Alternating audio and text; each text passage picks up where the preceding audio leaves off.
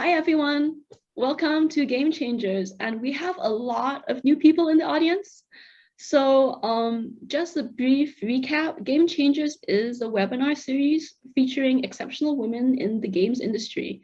And if you want to learn more about us, go to our website. It's www.globalgamechangers.co.uk. And usually I'm the chat moderator, so I write it, but I'm not the chat moderator today, so I can't write it. So some brief, hi Archie. Some brief announcements and housekeeping rules before we begin. So usually I'm here with Javian, and today I'm here alone. So Javian just had a baby girl, actually a objectively beautiful baby girl. So she won't be joining this session. She'll be joining next session. So congratulations, Jay, and not in the audience, but she will see the live recording or the recording after. So some housekeeping rules. Firstly, this webinar is being recorded, and the recording will be posted on our website afterwards for anyone who wants to see it and share it or whatever. Secondly, if you want to say hi to everyone, like a lot of people are, the default Zoom chat settings are set to moderators only. So if you want to like chat to everybody, remember to switch that. Thirdly, please use the Q&A feature to ask questions, because this time there will not be a chat moderator. I will not be there. So I might not see it. So please use the Q&A feature and we'll answer all the questions at the end of the episode. And then finally, we have a poll. It should be released now. So please answer it. Let us know your views. And we're going to share the findings in our next newsletter, which is probably next month. And without further ado, we are super excited to kick off our first Game Changer episode of the year. So this episode, we have three amazing CEOs from indie gaming companies. We have, in alphabetical order, we have Caroline from Interior Nights, who is the CEO of Interior Nights. We have Cristina, who is the co-CEO of Marmalade Game Studio. And we have Maria, who is the CEO of ustwo Games. So maybe we can start with a brief introduction. What's your background? How did you get into games? How did you assume a CEO role? Caroline, maybe we can start with you. Yes, sure. Hello, everybody. Caroline, I'm French. I'm a game designer by trade. So I started my career working, learning on the ground what game designer meant, and I worked at Quantic Dream for over a decade. Then I moved to the UK 8 years ago now, and I worked for PlayStation for a couple of years, still as a lead game designer. So the games I worked on were all narrative games. So I was lead game designer on Heavy Rain. Before that, I worked on Fahrenheit / Indigo Prophecy. And I was also lead designer on Beyond Two Souls. And after that, working at Sony, I participated in a game called Blood and Truth, VR game. I did the story Bible for them. And after a while, so after more than 15 years in the industry, I felt the need to try and start my own thing. I had 2 kids. My second baby, I had 1 kid and the second baby was on the way. I was pregnant. And I thought I had a really cool concept. So I tried and took the leap, left PlayStation and started Interior Nights. So that's why I'm CEO, because I started it. Amazing. Christina, what about you? Sure. Hi, everyone. I'm Cristina. I run Marmalade Game Studio with my co-CEO and partner, Michael Willis. Started my games career in EA as a producer on the FIFA franchise, then joined Marmalade 8 years ago. Marmalade at the time was a very, very old company, and it was very famous for its SDK that other people would use to build games on. And alongside it, there was the studio that I joined, which was almost exclusively work for hire. but pretty, had a bit of a pedigree and did very cool projects, turnkey services, very big brands, cool clients. And very quickly after I joined, I ended up running that with my current partner that runs the company with me. About 2 years in, the SDK got shut down. So the studio that we were running became the company. And all of a sudden we found ourselves reporting to a board who didn't know us and also hadn't invested in games. They invested in deep tech, and we nearly got shut down as well, actually. So the thing that saved us was the fact that we took Marmalade through a pivot and turned it into an independent developer and publisher of digital board games. So our big idea was that there was this gap in the market, that board games were becoming a thing, turning from a geeky pastime into a more mainstream thing in the physical space. But this, for some reason, just didn't translate very well to digital. And we thought this is going to be our opportunity. We can be the ones to do that, to apply all the AAA, everything we know from EA into this neglected category. And it worked very, very well. We did that for a few years and just grew very well. And at the end of last year, we completed a management buyout. So we now co-own the company as well. Raised the money, got some investment and backing from, I think, the best partner in the world. But yeah, it's been quite a journey. So that's my journey. That's how I am CEO. Amazing. Maria, what about yourself? Yeah, slightly different journey as well. I also started at EA in my games career, but I had done a little bit of management consulting before that. But anyway, I've been in games mostly on PC and console games, AAA games for many, many years at EA, and then at CCP Games, which is an Icelandic company that makes an MMO called EVE Online. And I went through the marketing path, mainly digital. I setting up like online services. I've seen Martijn on the chat. Martijn was at EA with me at that time when we were doing online services for games at EA. Anyway, so I grew through the mainly digital marketing path. Eventually became chief customer officer at CCP and at that point.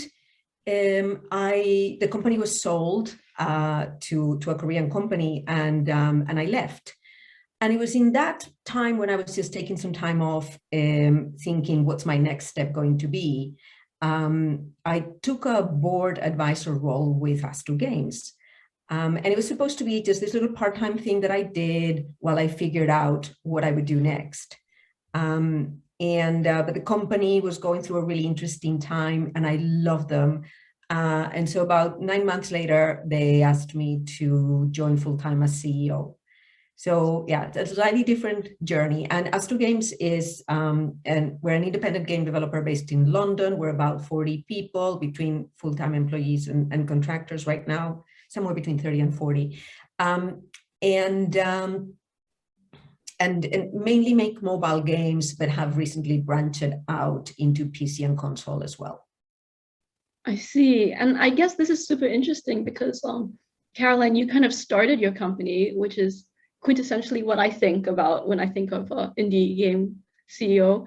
And Cristina, you kind of turned around the company, and Maria, you kind of brought in to kind of evolve a company that you really loved to the next stage of their growth. And there's a lot of interesting things that we can talk about. But kind of before then, I have a question for all of you. What does indie mean? When you think of an indie game studio, what's that connotation? What do you think in your head? And maybe we can start with you, Caroline. So it's going to be only my take on this, but because there's a lot of different versions of what an indie studio can be. But at least for me, it's it means independent. So it means not bought by, not owned by a bigger publisher. That's all obvious.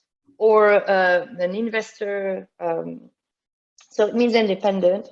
And it can be like from 2 people in a garage up to what Maya was describing, 40 people independent studio, but it can even be bigger. Like we don't think of that, but like some bigger studios, like 200 people are still independent. But yeah, like for me, it's like it means boutique, creatively independent, financially independent. Amazing. And Cristina? That's interesting because, well, I guess here I am part of this wonderful panel talking about building indie, but I don't think we ever consider ourselves at Marmalade as an indie. I think, as Caroline says, this is very subjective, but my definition would be very similar to hers, that it's actually a bit of a passion project. So a small company, more like a firm, like someone's project that, they just maybe have an idea for a game, but it's a lot of passion, but less of a business plan behind it, less of a business drive, I guess, but more of a, I really love this game or this idea and I want to bring it to the world. And I think we call ourselves independent, but we don't think we're indie. We're about 70 people. We think we're maybe a bit too big for that. And pretty much from the get-go, we have had a business plan. So it's always been, a drive to build a business rather than just make games for the game's sake, I guess. Not that there's anything wrong with that, by the way. That's my experience. Of course. Maria? Yeah, it's something that we talk about quite a lot, because I think we as ustwo Games, we share a lot with the indie scene, a lot. And I think what we share with them is the fact that our games come from a personal place. There are stories that we want to tell, there are experiences we want to create. They do come from passions, even if they are not a passion project. And I think that where we divert is that we are bigger, but mainly, that we are very careful not to keep it as a passion project. We're very careful to, yes, it comes from a personal place, but how quickly do we turn this into something that is about the player and that it is mainstream, and it's that's not about us. It's about them. It's about how it's perceived and how it is played.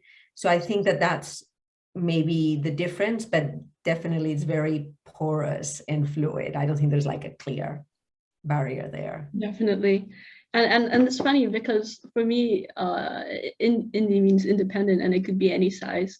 But what's really interesting and why I asked all of you here is because you are bringing really unique and creative experiences to the world, and you're doing it in a way that you can still achieve scale, and that to me is a really interesting conversation, and kind of going to that point.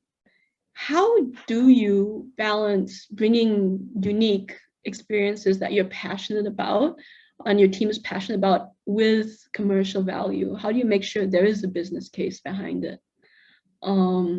Maybe we can just keep going alphabetically. Caroline. So I'll give you probably not the reasonable answer, but for me, it comes from like knowing the genre you're in out of experience. So having spent a lot of time on narrative games, seen a lot of players released several games in the genre, I get a sense of like what the audience is, and also it comes from a personal place, like as you said, Maya, and people you know and you love around you. So my approach isn't very scientific at first, at least, and I think you have to build an experience, like aim for an experience that is unique, and so find a niche, find a twist, find an innovation, because otherwise, like, what's the point to go through all that hassle of having a company, starting a company, building a team, finding money, if it's not for something you love, right? I don't understand. So that would be that. But then I'm not a very data-driven person. I just rely on experience and the guts and the will. But that said, I'm saying that, but it's not true. Like, user research for me is the data I'm looking at. It's not really like the big business plans and the numbers on the market, but it's that user research is the data I rely on to adapt and make sure the the art we're making is hitting home. I see. And Cristina? In our case, I would say it's a almost perfect marriage of the two, but it tends to be quite sequential. So the seed always comes from our instinct and from our experience, from what we think would be a good game, what would play well. However, we can never afford to just do everything based on that. It always has to be completely validated by data and by the fact that there is actually a business plan behind it, that this game we're going to make, let's just take a look. Who are we making it for? Who else is making games for this audience, for this particular niche? Are we bringing something that our competitors aren't? Back to what Caroline said, you can't just make the same thing over and over, because it's very unlikely to reach success that way. That being said, we have yet to do it the other way around. So we've never had a game made by starting with the data, by starting with, we've done research and our marketing team or whatever says that this is the next thing we should do. And then you put all the creatives and all the, game designers and all the game devs into, let's figure something out that responds to that need. Is usually the other way around for us. I see. Maria? Yeah, very similar to what they were saying. So I think that we start with instinct, we then bring in user experience and data and testing very early on, and it's sequential, right? It's like, you go to kind of, what does the data say? What does the market say? You're talking to either potential publishers or potential partners. That gives you data as well. And then, that balance between sort of, creative ambition, commercial ambition, reality, and it's an ongoing conversation. So I think that having a good relationship between the different people in the company that represent those voices, and I think that something that's perhaps unique to us is that the background of ustwo Games is we're part of a group that is a digital client services company. And I think that there are a couple of things that are in our DNA that come from that history. And one is a relatively good commercial mindset in terms of like cost control, like cost management. For a company, when I joined that, we were not that big. That there was, it was very thoughtful, very thoughtful about costs and very clear and understanding of what things were costing. And then the other thing is just this obsession with player testing from very, very early on, because again, the background of where the company was coming from was from digital services for corporates. So they had already all those processes and all that mindset in place. So yeah, I think that's kind of our approach. I see. I mean, I guess it's kind of universal. The start has to be a gut intuition, and then you have to test it. That makes a lot of sense. But Caroline, maybe we can kind of drill into your story first, because you started an independent studio. How did you decide to start a studio? It was, I was coming close to 40. And I had like a game I really wanted to make. And the company I was in didn't want to make it. I was like, no, but guys, you're wrong. I want to make it. And so I took the leap. I was on maternity. I thought, great, I'm not coming back. And so I started pitching. I just had a deck, a business partner, and that was it. That was just pitched to publishers.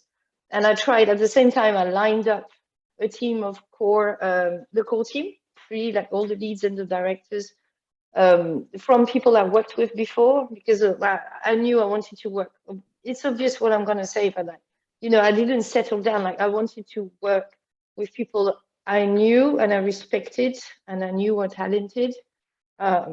Because coming from a more corporate company, you've got talented people, but they're also a lot scared. There's not often a creative spine and all that. So I lined up this core team. People still kept their job. I just bootstrapped for a year pitched and pitched and pitched until I got a deal signed with Sega, which allowed us to start the company. So it was like 10 people at the beginning, and even less than that. And we started in a co-working space. And then 18 months after that, Sega changed their mind and changed strategy, so canned the project. So we had to repitch again. And then I was undeterred. So like, no, I still think this game's gonna work. Like it's the thing, because it's a real twist on the narrative genre, etc.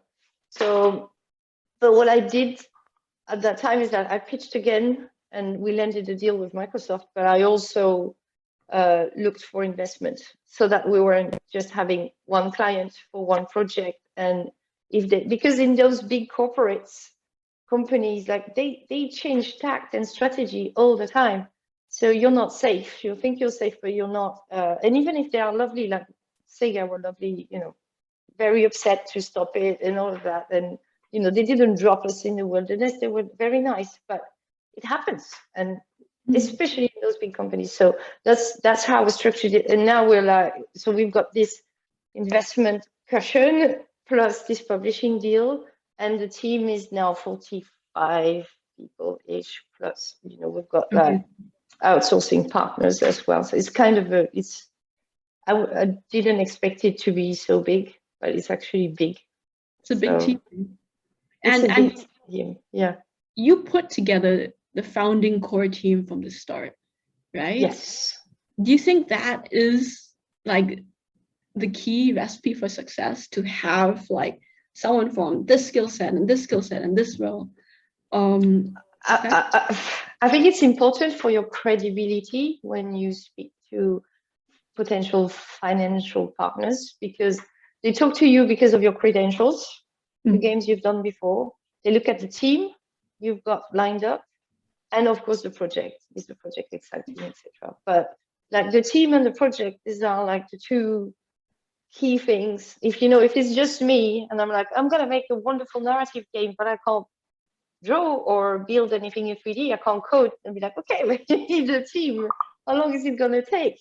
When you look like you're ready to start, it makes the decision easier. But as we went, like, because we bootstrapped for a year, really, 15 months maybe, the core team changed. Because some people signed up at the beginning and they were like, you know what, something happened in my life, I can't do this anymore. And but I still had a core team throughout, like of 5-6 people lined up, even if they changed. Amazing. That and was really important.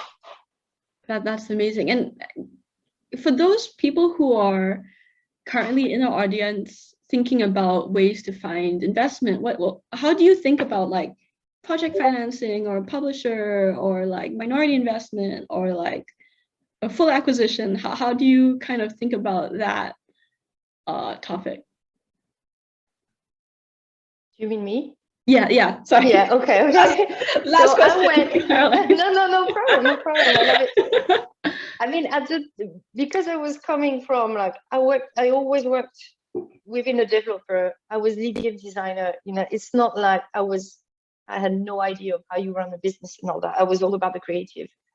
So my first reflex was I want to start a company. I'm going to talk to publishers. So they finance my game, and then I can start the studio and make the game. So I did that. And then I think the good advice would be probably like to diversify your financial support. Like, don't be dependent on one partner, which I learned the hard way with the deal breaking down. So, and then I went for a minority investment. Acquisition at this stage wouldn't make much sense to us, because our first game is not out. We haven't proven ourselves. Our value could go way up if it's a success, or it could be like roughly, like if we don't gain traction, it will be lower. But I think it would be premature. As long as you don't need it, wouldn't recommend doing it too early, because you're setting on like the real value comes with what you put out there and what success you encounter. And even having a team has value at the moment. Just having a team has a lot of value. But like, yeah. So, and staying creatively independent for us is extremely important. So any acquisition would have to still allow that. When you got, yeah. Sorry, Cristina and Maria, maybe we can go over to you because you've had really different stories. So you didn't start in your studio. So Cristina, you kind of turned around a company. Can you walk us through that journey? How did you know the company needed to evolve or be turned around? I guess for you, it was kind of obvious because it was kind of not going very well. But how do you determine the new direction? Sure. For us, I guess the background was just that work for hire past that we had done for about, well, me and my partner for about 2 years maybe, but the company had done for a long time, which we didn't really like. It's a very tough model. It's hard to scale. It's hard to really grow, because if you want to, I don't know, double your income, you're so dependent on your capacity, and you have to double your capacity, which almost always doubles your cost. So it's so difficult to scale it. But also, if you're the type of team that, you know, puts a lot of effort and care into the games and always goes the extra mile, you feel like you don't get a reward that's proportional with that effort at the end of the day, because you have to say goodbye to the game you just built. And in our case, we made BAFTA-nominated games with tens of millions of users, but then at the end of the day, they were all someone else's games because they paid for them. So we almost had this constant frustration with this model. So for us, it was a very good opportunity, actually, that the company was nearly bankrupt at the time of the pivot, because that's what gave us the chance to change it and to come up with this other alternative. We were very confident that all that love and care that we put in other people's projects, if we were to put it into our projects, and especially in this genre that was almost neglected, the digital board games at the time, it would grow. It would grow with us. It was a bit of a journey, a bit of a difficult, you know, challenge to try to explain to a board that wasn't particularly educated in video games. They had a tech background, that this really tiny category, which has very few users and is not, you know, action or shooter or anything, can actually grow very much. But that was the business plan, and that was the gap that we saw in the market, and eventually we managed to convince them.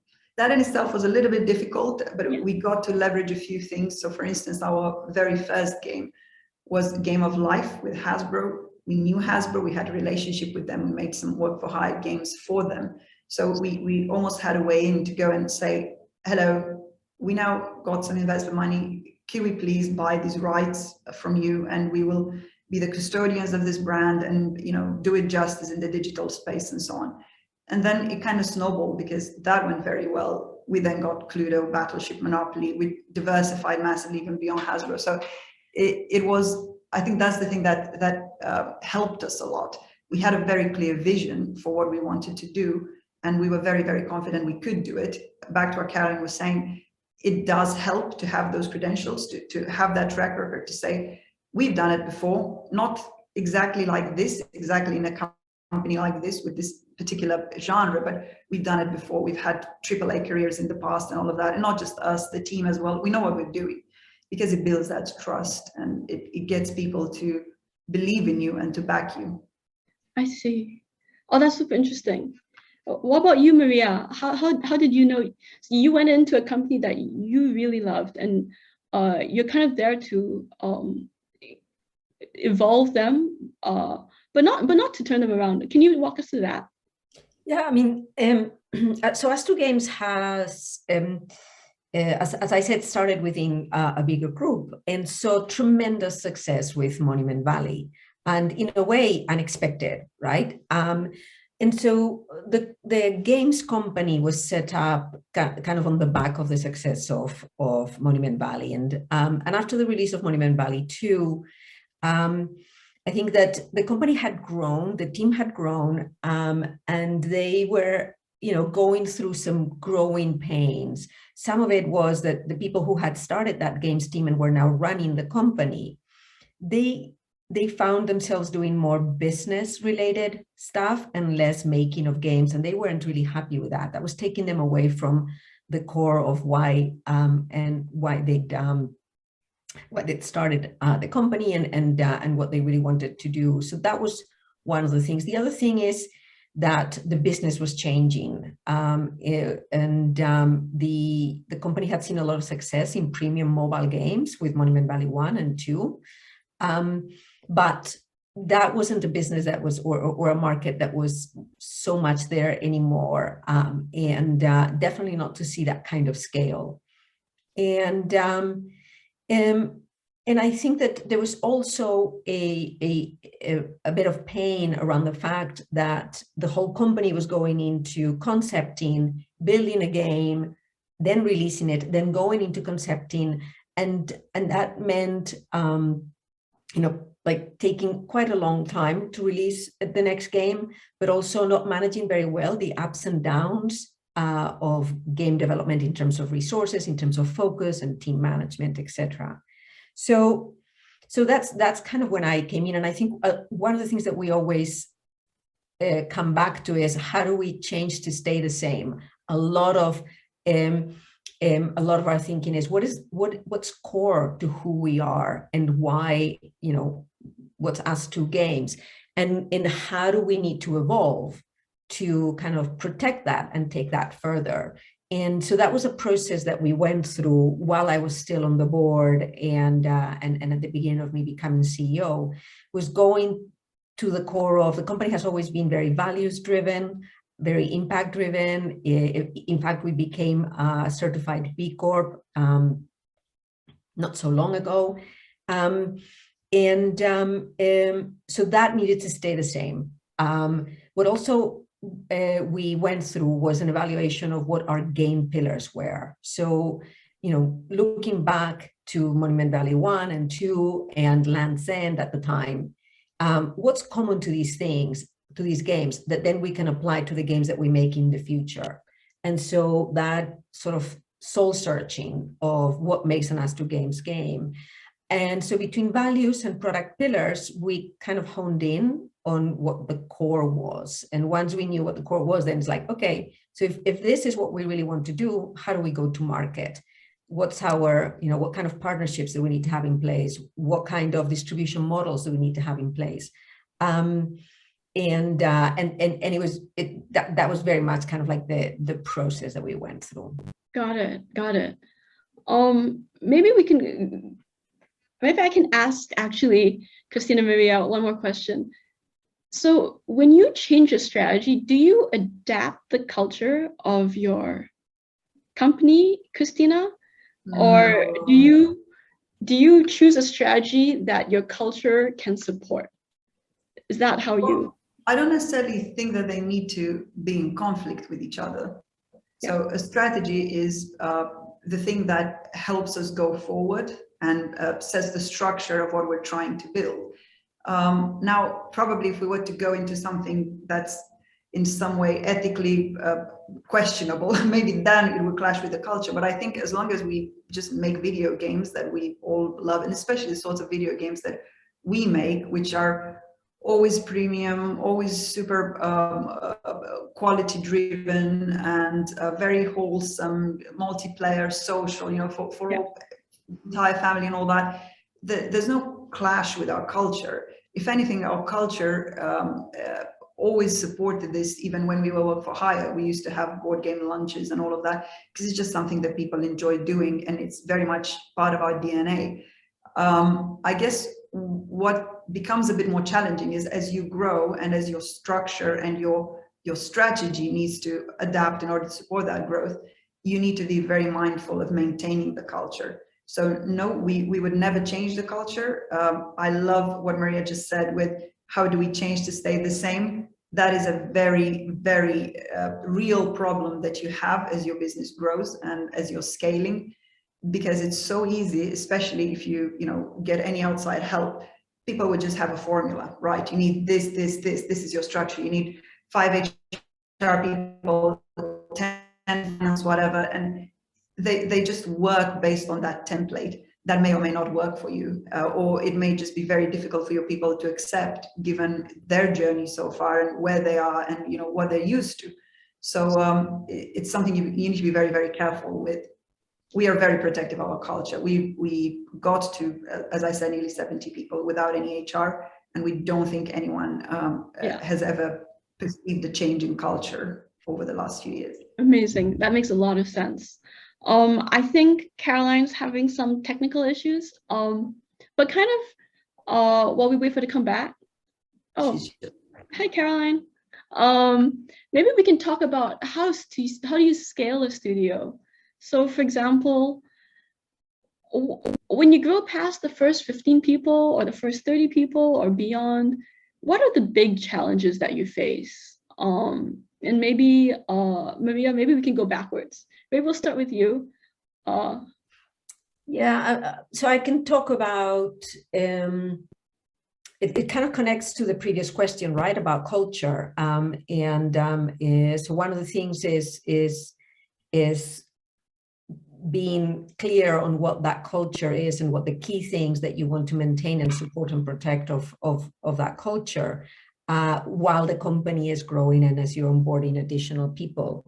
I think for us, for example, we've always, we have 3 different teams, and actually, so our teams are actually relatively small, but they are bigger than they used to be. And so one of the things that as we've scaled has changed and we have to be very mindful of is that how do you keep the participation and communication within the team so that everybody feels that they are contributing and contributing to the game contributing meaningfully to the game, that they feel it's a project that they're proud to be part of, that they understand where it's going. So more effort needs to be put in there in documentation, in agreeing on things like tone and or sort of the core emotions that a game needs to convey.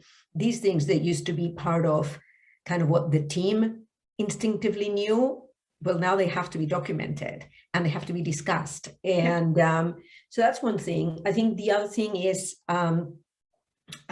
your leads spend more time as managers. And how do you balance that? Because not everybody who signed up to be a lead is necessarily a great people manager or a great people manager at scale, right? They might be okay when they have 2 people under them, but not when they have a bigger group than that, or when they have externals as part of that. So training, deciding what management responsibilities you put on leads versus maybe HR, and training your people through that transition has been an important part, something that's been important for us, that it didn't happen like that overnight. It wasn't super easy. Yeah. And then scaling from 1 team to 3 teams, we've had to work a lot on cross-team communication and trust, because particularly now that the last 2 years working remotely, if you're not careful, very quickly they become like little city-states that don't talk to each other, and they start to say, why are they doing it that way? Well, so communication and trust between the teams is something that you have to invest time on. I see. And Cristina, you mentioned you didn't have a HR until you hit 70 people. Can you, so wait, were there any big challenges you faced while scaling? That's kind of crazy. Our HR actually is, this is the 4th day of her 3rd week. So she's very, very fresh. I think the way we've done it is we've always believed values are something that you embody and something that colors your behavior day to day, rather than something that needs to be written on a wall and talked about once a year at a big internal event, whatever. So it felt like if we are the gatekeepers of these values and we just behave in a way that showcases them, everyone's just going to kind of get it and either like it or not like it. And I think we were very, very lucky because the people, our initial team, were very, very aligned with us with regard to those values. They completely bought in the vision and what we were trying to do. So I'm very grateful that all of them were there in the beginning and things were very tough, especially I think 2017, we were very few, about 15 people, and times were tough and we didn't have cash and all that. So it would have been very easy for a lot of them to just say, you know what, I'm a great professional, I can just go find a job at the next big AAA studio, bye-bye. They didn't do that because they really believed in the thing that we were building together. It's very much based on respect, and that colors everything we do. We really respect them because we think they're very good at what they do. That's why we hire them. So we should just treat them like grown-ups rather than, you know, micromanage them or get really fussy because they spend half an hour speaking to their spouse on the phone or whatever. They don't stop being married if they're at work. If something's going on in their lives, they have to be allowed to take that call. We can't be, you know, policing those things. So I think that, plus making sure that they're always tasked and they decide how they work, has just been the fundamental that everything grew on. As we grew and as we changed, of course we had challenges, and of course I think different people experience them differently. So if I'm thinking about programmers, artists, the big transition for them was, I'm used to being the only artist on this project, or the only UI, or working with another person, and now all of a sudden I'm in a team of 7. Who am I? What's my role here? Am I the most senior? Am I more junior? Did you bring someone that's better than me? And all of this just needs to be managed, and just have a very open and transparent dialogue with everyone. But without making anyone feel like, oh, this is your superior now all of a sudden. So we still kept a fairly flat structure. When it comes to leads, the challenge was exactly what Maria said. Some of them were very good when they had a team of 2 or 3, but it's a completely different job when you're running a team of 20. And some of them just don't like it or don't want to do it. And you just need to have that open dialogue with them rather than just assume that that's the natural progression and they'll just do it. You need to ask the question, and they need to feel comfortable enough to say, no, I don't want to do that. I like doing this and I don't want to go to the next step, bring someone else. And I guess another challenge almost for all of them was, as we grew, we bolted in other departments. So initially we were just dev, and that worked very well, I guess, because of the fact that we relied on premium, well-known licensed games. They kind of did their own marketing.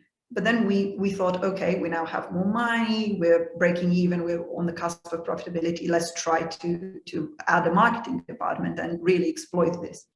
That was a challenge because initially no one knew how to work with marketing. Like, what do they want? They need stuff from us. What do we need to tell them every time we release something? What do they need to know? Do I report to them? No, but they need to be aware of this in order to, you know, communicate it publicly and so on. So that was a bit of a journey as well. I think it took a few months for everyone to accept that marketing has a role in our company. A bit like that with finance as well, if I'm being honest, just for the same reason, we've been shielding all our producers and all our heads of studios from the finance aspect, and we always took responsibility for the revenues of the games. And it's a bit of a mind shift for people to all of a sudden think, oh, so I can't just continuously improve this game, even if it's not working, because I just have ideas. Me doing that means we're sinking money into it. Because it's just something people don't think of. They just think of, oh, I can add another game mode or whatever. They just don't necessarily correlate that with the cost. So I think I'm a bit jealous of Maria, because she said they were always very cost cautious, and that was somehow embedded in the team. In our case, that was a bit of a journey again, and required a lot of communication and, I guess, teaching people and educating them that has value and it's something to be mindful of. I see. And Caroline, you kind of built up to 45 people from scratch on a single project. What was that? Were there big challenges once you hit like 15, 30, 45? I think it's kind of, it stays like small until maybe, like until 15, I wasn't doing payroll, but I was doing like, you know, the Twitter account and all the small things like, oh, I need to order a PC for someone. I was doing all that. And above 20, you just can't. So I had a finance manager and HR, like that came when we're more than 30, 40. But what I want to add to that is that the growth during the pandemic for us happened, like most of our growth happened during the pandemic, the last 2 years. And it's been very challenging. As a leader, I find it really challenging to, share your vision, your enthusiasm on a Zoom call, because it's hard to understand the reactions. When you enter a room and you're like driven by what you do, people pay attention. On a Zoom, it's different. I think it's harder to gel the team. We hired people who I've never met, or who never met the team in real life. It's really odd, like really, really odd. I find it really challenging, and we try to, and as you say, Cristina, we don't put big words on the wall to say, this is our culture, this is who we are, but it transpires from what we do, but it's much harder remotely. When you're in share a space, you can do reviews together, sit and play the game together. That just creates culture by itself. When you can't do that, it's just super tricky. So that's why I feel right now we had a part-time HR. I think we need HR support and someone who looks after people and culture a lot more, because I'm a creative and I'm okay to do business and creative, but looking after the culture as a thing and the team well-being, which also the pandemic created new challenges with the well-being as well. Like we had people feeling really bad, not because of the work, but because of life in general, because being isolating is just soul crushing, and people having really harsh events in their family life as well. So, our VFX artist at the moment is in Ukraine. He's Ukrainian. And we're like, okay, what can we do? This is a mess. These kind of challenges you didn't have before, because the studios and the teams weren't that distributed. And it's every day there's a new fire. So yeah, so I think we need now even more structure to around looking after the team in that way, and the culture, and making sure that the culture doesn't dilute too much, and that you share all the key values early on, a little bit like what you said, Maria. There are things that you need to write on paper now that you didn't need to before. I see. I see. So I understand there are quite a few questions for Q&A. So I'm gonna have one final question for me. And this is for all of you, just your personal views. So when I look around, starting this webinar, looking for speakers, I see quite a few women COOs in video game companies, but it was very hard to find a female CEO. And kind of why do you think that's the case? Caroline, maybe we can start with you again, alphabetical. Yeah. I don't know. I think it's a much bigger problem than the women's place in society. But I'm glad it's evolving. But I think Cristina and Maria had much more eloquent responses on that. Cristina, do you have a response? Well, I was one of those COOs who was actually, in fact, a co-CEO, but it took a while, and it actually took us buying the company in order for that title to change. It used to bother me initially. It stopped bothering me after a while. I guess it comes with the territory, especially if you're very young, and there could be all sorts of elements. People have their own biases. I remember the first board meetings I used to go to. I would really struggle to prepare myself and present myself in a way that I thought would help people take me seriously. I know it's completely stupid, and I promise you my partners did not have to worry about that. But I used to, an hour before, oh, do I do this with my hair, or is this too girly? Do I need more severe makeup, to look older and more serious, to have a bit more of a, presence? Which is completely stupid, because after a while, people just, you gain their respect. And even if, let's say, they do have some biases because they're whatever, you're a little girl from Eastern Europe, or could you possibly know about games? After they get to know you and they realize you do, that goes away. So it's no longer an issue. And I don't know, I guess it's sad in that way, and it is a bigger problem with the world in general, but it is changing, and I think we're in a much better place than we were even as recently as 10 years ago. If I think back of my experience in electronic arts, I don't think any woman in Marmalade Game Studio has to worry about some of the things that I've seen in EA back then. And don't get me wrong, it was wonderful. A lot of, you learned a lot, and I owe a lot of my career to those years in EA. But I also got to see some of the worst when it comes to how women were being treated in the games industry. We're not there anymore. There's still more to improve, but it's definitely, there's definitely progress. Maria, do you have any views on this? Well, I share a lot of what was being said, and but just a couple of perspectives that I would add is, one is, in general, women find it really hard to raise funding. So that's not just games, that's everywhere. And then I think one problem that's specific to games is the fact that there are very few women game directors or executive producers, and that's a lot of what the leadership, like Caroline's evolution, I would say, is extremely rare. People who come and come from the business side, you're going to find a few more women CEOs that are coming from the business side. So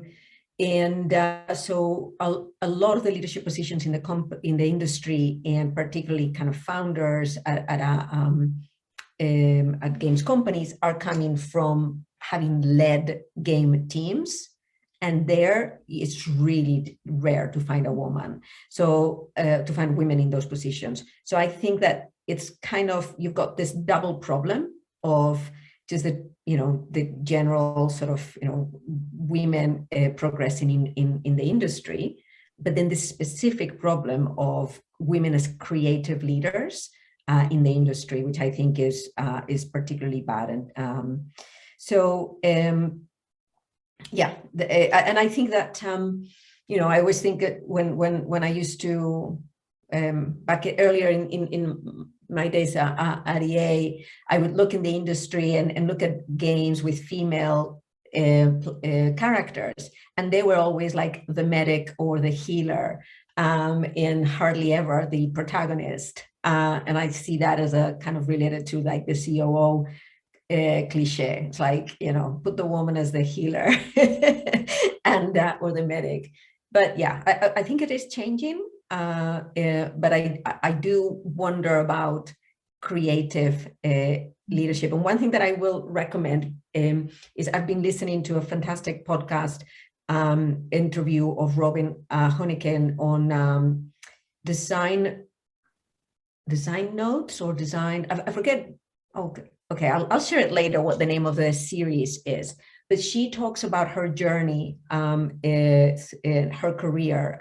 She was at EA for many years, and she leads a company called Phenomena. She was also part of that game company launching Journey. Anyway, she talks about one of the things that in the industry is very common is the need to overperform your leadership, and was something that was very true at my time at EA. And I think that that's where has created designer notes. Thank you, Jen. And I think that that's one of the reasons why we're finding few women on creative leadership positions, because of that need to overperform your authority, overperform your authority better than leadership. So definitely recommend listening to that podcast for more insight on how to overcome that. Amazing. And actually, to that point, I guess video game character, like protagonists, are changing slowly. So hopefully, it's you're right. Things are changing. But we have a few questions from the audience, so maybe we can go on to there before we run out of time.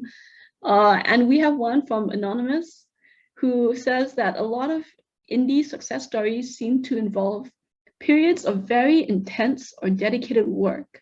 And is it possible to succeed as an indie without crunching or having it take over your life, which is a really strong take over your life.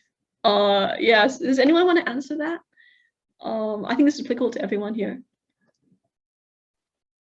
I think we've all probably had it take over our lives. So I personally don't know a success story that hasn't involved that. I would probably be more nuanced. Like, I worked like super hard in my 20s at Quantic Dream, but now I've got a family, I've got 2 children, so I try to make time for them. And I also think that when you grow older, hopefully you're a bit more efficient. And so you don't have to work as much, and you kind of recognize when it's like, because it gets counterproductive when you work too much for too long. And even creatively, it asphyxiates you. Like, if you can't take a step back, have a life, I think it's bad for the project eventually. What I do value, though, and that we have at the studio, is that we've got periods of overtime, like on a cycle, like it's linked to milestones really, but it's never more than 2 weeks, and it's limited. So it's not, I don't call that crunch, because for me, it's part of the wave. Like, you work a bit more for 2 weeks, then a bit less, or we give time back, or we pay back this time, which I think is sometimes healthy, because if you don't have milestones, you can go on forever on this, like, so yeah, but can it be achieved? It can't be achieved without drive and passion, but passion doesn't mean destruction. So yeah, but it's difficult, but it's trying to strike that balance. And of course, when you're indie, there's the money aspect. You're not in control of that. So if you're close to running out of money and you need to finish something, then I understand that, you can be out of control a bit sometimes. I see. Yeah, I want to say that I think we all have to try for that not to be the case. If you're a lone entrepreneur starting a games company as an indie and you're raising funds, I just like that. That's a whole world in which I can see it taking over your life, just because when do you stop? It's your passion project. When do you stop? So, and I've never been through that, so I cannot say how to manage that, other than to say it's probably, as we all know, it's not very healthy. Yeah, sorry, I know you have more questions, but I just wanted to say, like, I want to say that no, it's possible to succeed without killing yourself, please. Okay. That's good to know. We have 2 more questions. I hope you're okay to stay on a little bit longer. Maria, let me know otherwise. So one of them is, okay, 2 of them combined to one is, how do you deal with a catch-22 of needing a prototype or converting something into a game to get funding and needing funding for the prototype? Like, how, do you have any, maybe Caroline, this one is no? No, I wish I had an answer. I was lucky enough to have a video of a prototype of something I've done before that was illustrating my pitch when I first pitched the game. So I don't, it's a real question. Like, apart from bootstrapping with a lot of goodwill from a few people, I don't know how you do. I mean, the way you don't need a prototype is if you already ship the game with the same team. But the first one, just selling a project on a PowerPoint, I don't know. I don't think that happens. Or it's very cheap. Maybe if it's very cheap. There's a couple of resources out there, because it's a real issue for indies, right? So there are people out there that are putting funds specifically focused on prototypes. I wish I could remember the name of them right now, but they are starting to come up. And then the other thing that I would recommend, and this goes to the person that was asking earlier about how to get started, is there's this, there's a Tentacle Zone incubator, which is open to, I think, UK and European founders from in games. that I think that if you're starting, it's a very good place to start. Really recommend it. Amazing. One last final. Jennifer asked, where do you think leadership trends are going in the next 5 to 10 years? Any takers for that?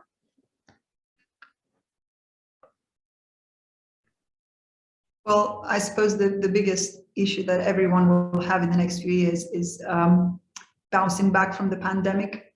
So that's going to be, I think, a area of focus for everyone in leadership role, male or female.